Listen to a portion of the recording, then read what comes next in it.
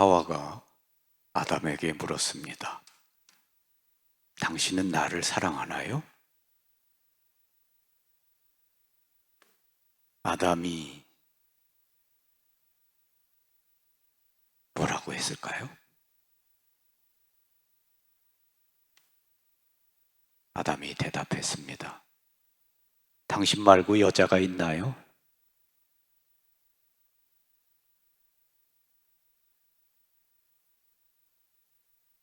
하느님께서 말씀하십니다. 사람이 혼자 있는 것이 좋지 않으니. 그렇습니다. 혼자 있는 것은 좋지 않습니다. 아름다운 모습이 아닙니다. 뭔가 부족합니다. 완성된 모습이 아닙니다. 너가 없으면 나 혼자는 외롭고 쓸쓸합니다. 나와 마음을 열고 이야기를 나눌 너가 필요합니다. 동물이든 사람이든 홀로 존재할 수 없습니다. 살아있는 모든 것은 자신의 격에 맞는 상대자, 대화자가 필요합니다. 너가 없는 나, 혼자로서는 미완성의 존재입니다. 이런 것을 잘 아시는 하나님께서는 아담을 위해 여자를 창조하십니다. 하나님께서 사람을 남자와 여자로 창조하신 것은 서로가 서로에게 분열과 대립이 아닌 협력의 관계가 되도록 서로를 더욱 완성시켜주는 대화자가 되도록 하시기 위함입니다. 결혼의 성공은 적당한 짝을 찾는 데 있지 않고 적당한 짝이 되는 데 있습니다. 프란치스코 교황님께서 행복한 가정의 비결을 어려운 교리가 아닌 단 3마디의 말로 정리해서 말씀해 주신 일이 있습니다. 부탁해요. 고맙습니다. 미안합니다. 다 같이 해보시겠습니다. 부탁해요. 고맙습니다. 미안합니다. 그렇습니다. 행복한 가정을 만드는 데는 고도의 기술이 필요한 것도 돈이 많이 들어가는 것도 아닙니다.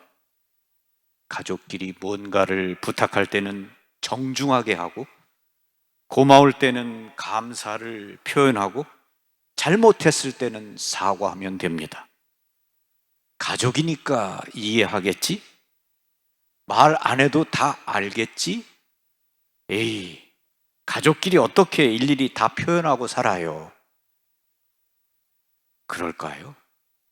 말하지 않으면 어떻게 압니까? 오히려 지레 짐작해서 오해하는 일이 더 많습니다. 행복한 가정생활, 행복한 부부가 되기 위해서는 교황님의 말씀처럼 부탁해요, 고맙습니다, 미안합니다. 이 3마디의 말이 꼭 필요합니다. 프란치스코 교황님께서 이제까지 신혼 부부와 결혼에 대해 말씀하신 이야기들을 6가지로 요약해서 정리할 수 있습니다. 여러분과 함께 말씀을 나누고 싶습니다. 첫째, 모든 것을 용서로 끝내라. 부부는 종종 싸우기 마련입니다. 때로는 서로 접시를 던지기도 합니다. 하지만 부부싸움이 하루를 넘겨서는 안 됩니다. 싸움 뒤에는 반드시 화해를 하세요. 따뜻하게 어루만져주는 작은 몸짓 하나면 족합니다. 결혼에는 사실 여러 어려움이 뒤따릅니다. 직장 문제가 있고 돈은 부족합니다. 아이들도 여러 문제를 안고 있습니다. 부부는 종종 과민해지고 싸우게 됩니다.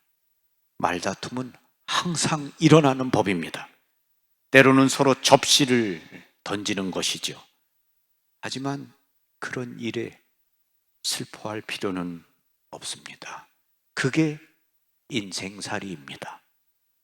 우리는 모두 불완전한 존재이며 계속해서 실수한다는 것을 기억하시기 바랍니다. 언제나 겸손해하며 먼저 미안하다고 말하고 용서를 구할 줄 알아야 합니다. 부부가 다툼을 벌이고 나서 화해하지 않은 채 그날을 넘겨서는 안 됩니다. 교황님은 이렇게 말씀하셨습니다.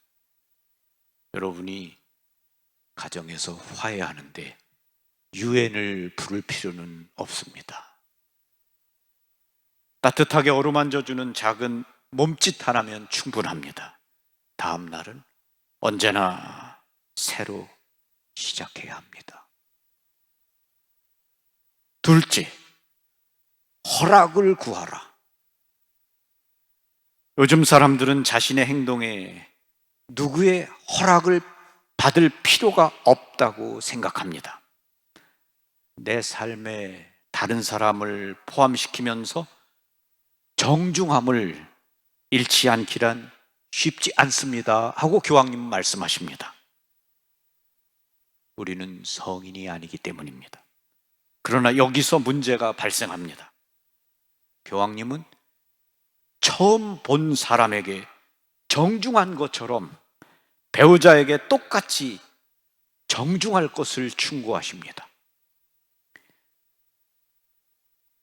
자신의 부모님과 휴일을 보내는 것이 괜찮은지, 음식을 똑같이 시키는 것이 괜찮은지, 이러한 일들을 정하기 전에 언제나 정중하게 상의하는 사람이 되라고 말씀하십니다. 물론 자녀 양육 문제나 주택 구입 문제 등의 진지한 이유들은 말할 것도 없겠죠. 정중하게 상대방을 존중하고 그 사람에게 물어봐라 라고 말씀하십니다. 셋째, 감사를 표하라. 많은 사람들이 배우자와 그리고 배우자와 함께 이룩한 삶을 당연하게 받아들입니다. 교황님은 상대방이 하느님이 주신 선물이라는 것을 계속해서 알고 있는 것이 중요하다고 말씀하십니다. 말로 감사를 나타나는 것 외에도 상대방의 사랑에 대해 감사한 마음으로 결혼 생활을 하라고 하십니다. 넷째, 상대방이 모든 잠재력을 나타내도록 도와줘라. 교황님은 다른 사람이 성장할 수 있도록 행동하라고 말씀하십니다. 많은 사람들이 결혼 생활을 오래 한 사람들도 자신을 개인으로만 인식합니다. 하지만 스스로 내리는 모든 결정과 행동에 상대방을 위한 것을 생각하는 것이 좋습니다. 건강한 관계에서 두 사람은 모두 서로를 성장시킵니다.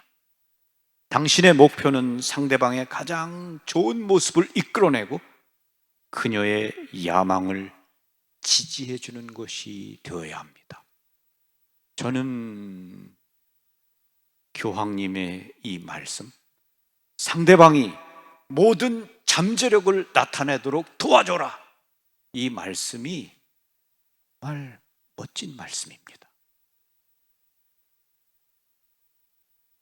여러분의 배우자가, 여러분의 아내가 무언가 재능이 있고 뭔가 그러한 것을 보았을 때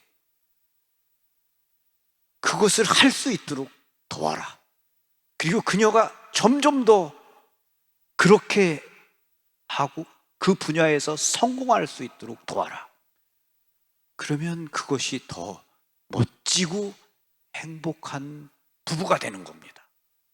결혼했으니까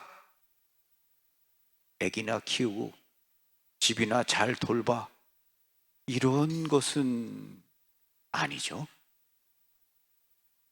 나와 함께 사는 그 사람이 더 나은 사람이 될 수 있도록, 그 사람의 잠재력을 발전시키고 성장해 나갈 수 있도록 도와주는 것이 아름다운 부부가 되는 데 있어서 반드시 꼭 필요하다고 생각합니다.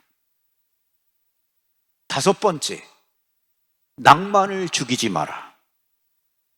교황님은 낭만적인 면의 중요성을 알고 계십니다. 교황님은 커플들에게 이렇게 말씀하셨습니다.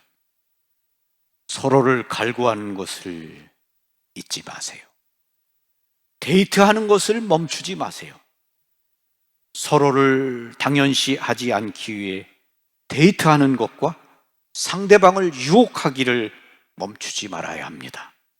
모든 사람은 끊임없이 변화하므로 계속해서 서로를 알아가는 것을 멈추지 말아야 합니다. 멋지죠? 낭만을 죽이지 마라. 멋진 아름다운 계절, 가을입니다.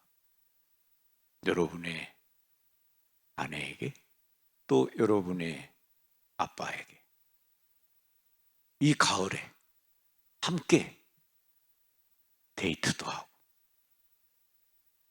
낭만을 이렇게 나눌 수 있고 이야기를 나눌 수 있을 때 아름다운 부부가 되겠죠. 여섯 번째, 쉽게 포기하지 마라. 프란치스코 교황님은 약혼한 연인들을 대상으로 이야기하던 중 많은 사람들이 원하는 것을 당장 가지려 하며 인내심이 부족하다고 개탄하셨습니다.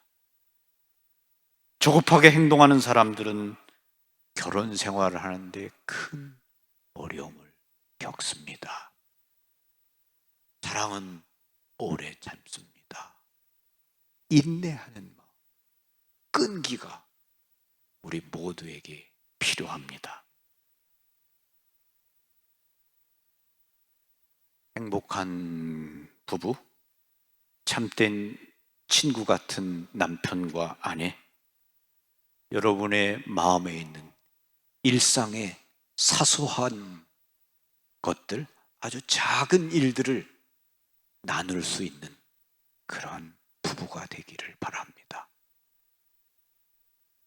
여러분들에게 아름다운 부부의 이야기를 들으면서 마칩니다.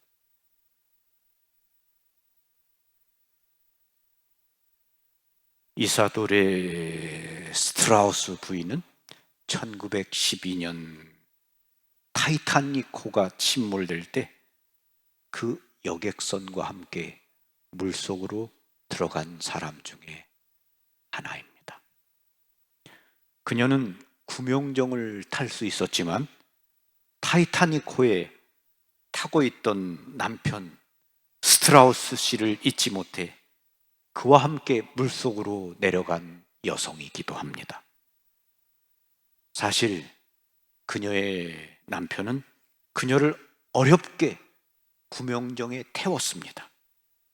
그러나 타이타닉호가 물속에 가라앉기 직전에 재빨리 그녀는 타이타닉호로 올라와 그녀의 남편 품에 안기면서 말했습니다.